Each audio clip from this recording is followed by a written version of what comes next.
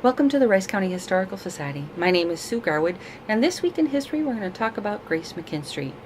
Grace McKinstry was known as an artist, particularly landscape and portraits, and the reason she is significant this week in history is that it was on April 23rd in 1890 that her pictures were exhibited in the Paris Salon. Yet she was from Faribault.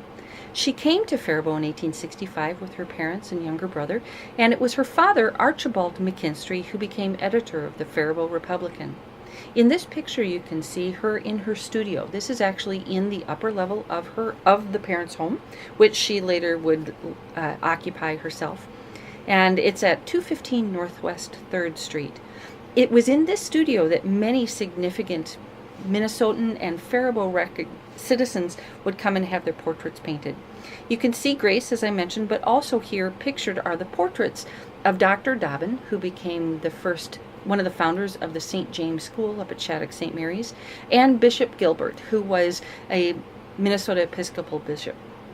She studied in New York City and Chicago. As I mentioned, she went on to Paris. She also had a studio in California. One of the things that she was known for locally is she was the founder of Faribault's Travelers Club.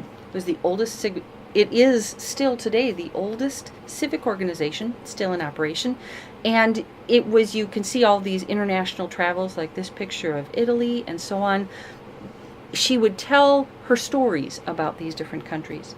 What's significant about Grace, among all of these amazing things, was, as she described in 1907, quote, "An artist whose growing fame is placing her in front ranks of American painters.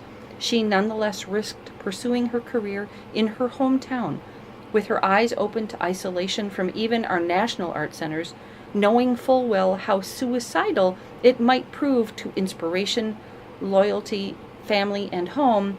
She still kept her main studio here in Faribault."